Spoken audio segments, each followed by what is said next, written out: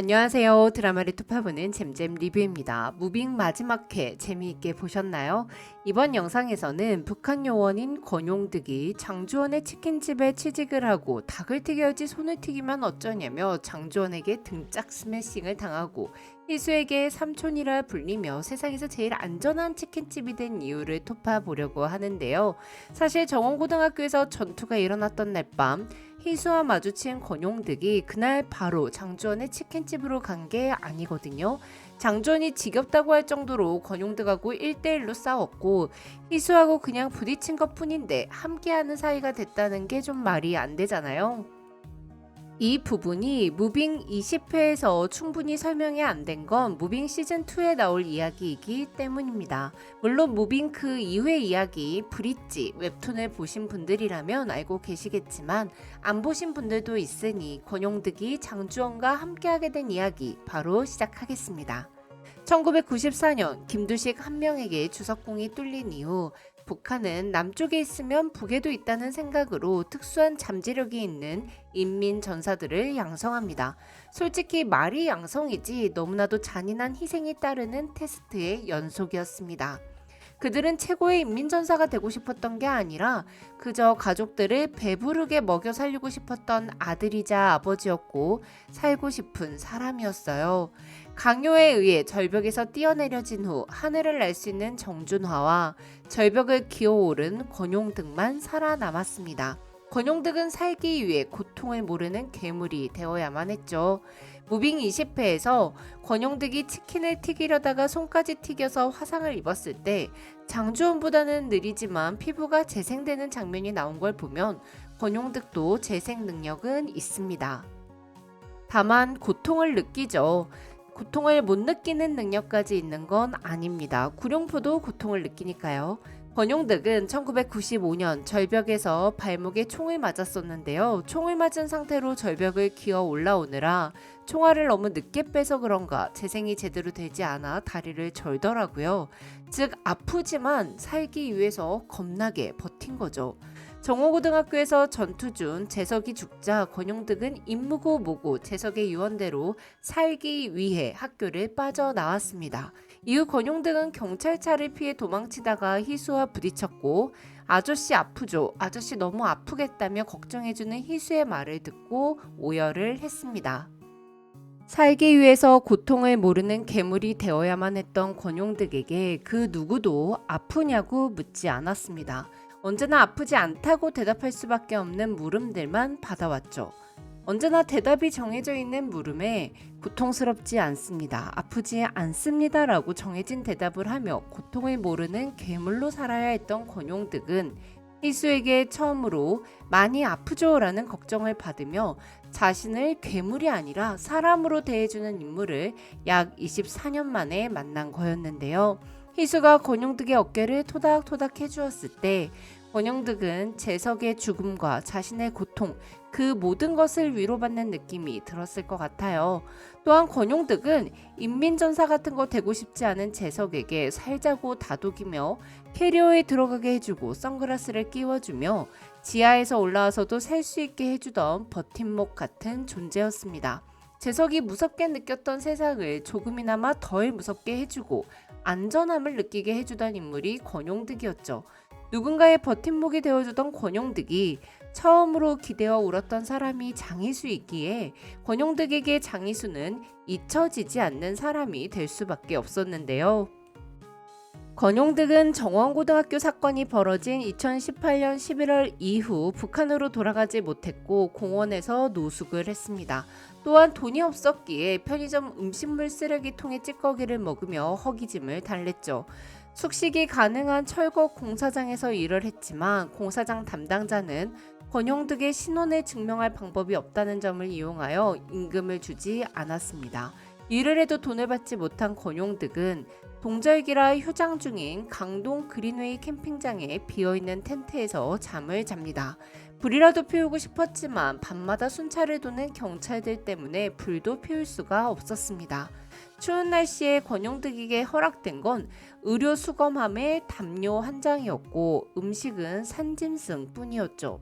그 누구의 도움도 받지 못한 채 추운 겨울을 하루하루 버텨가며 텐트에 누워있던 권용득은 어느 날 익숙한 말을 듣게 됩니다.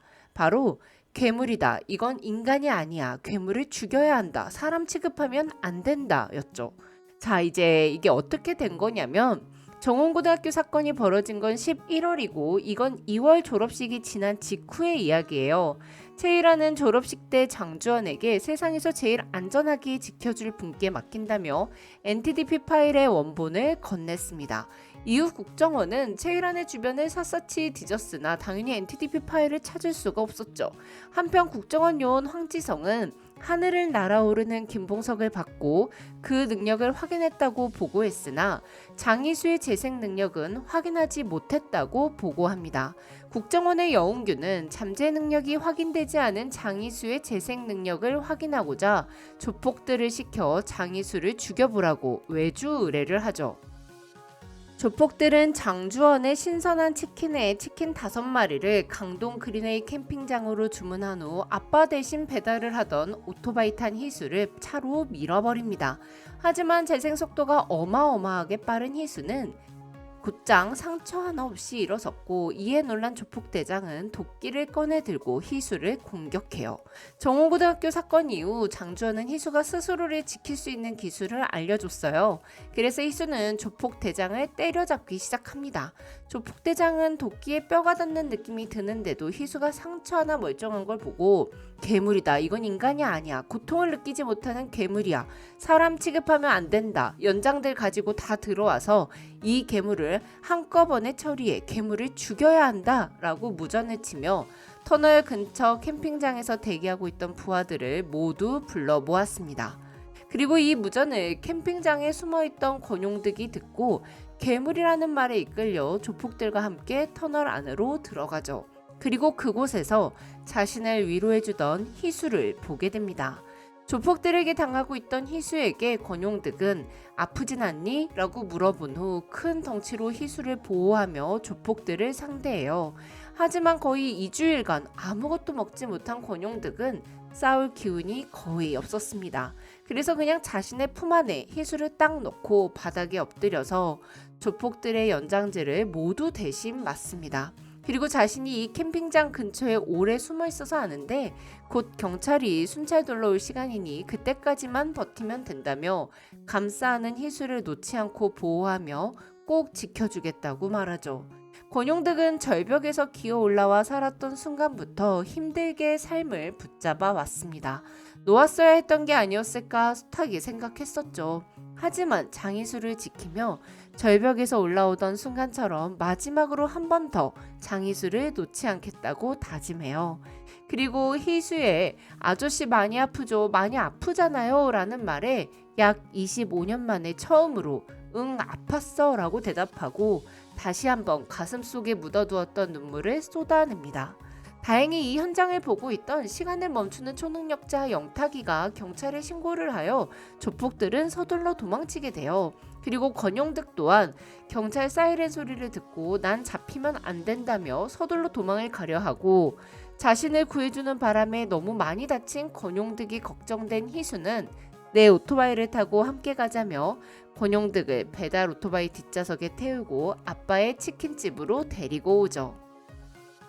한편 장주원은 눈 오는 날 배달 나간 딸이 핸드폰도 놔두고 오랫동안 돌아오지 않자 걱정을 태산처럼 하고 있던 중이었는데요.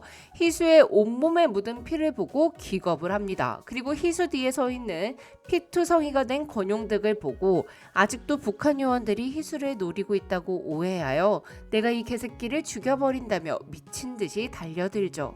희수는 아빠에게 자초지종을 설명하기 위해 아빠에게 배운 기술을 이용해 아빠의 몸을 다리와 팔로 조이며 정신을 혼미하게 만들고 권용득이 자신을 살려줬다고 설명합니다. 진정한 장주원은 권용득에게 너 정도 힘이면 그딴 깡패 새끼들 패는 건 일도 아니었을 텐데 왜 맞고만 있었냐고 물었고 권용득은 열흘 넘게 굶었고 산짐승 몇 마리 먹은 게 달아서 힘이 없었다고 웅얼거려요. 장주원은 짐승 새끼 마냥 짐승을 왜 잡아먹느냐며 어디든 가서 뭐라도 빌어 처먹거나 돈 벌어서 사쳐먹거나 하면 될 거 아니냐고, 나만 혼자 남았으면 어떻게든 사람처럼 살아야 할 거 아니냐고 호통을 치는데요.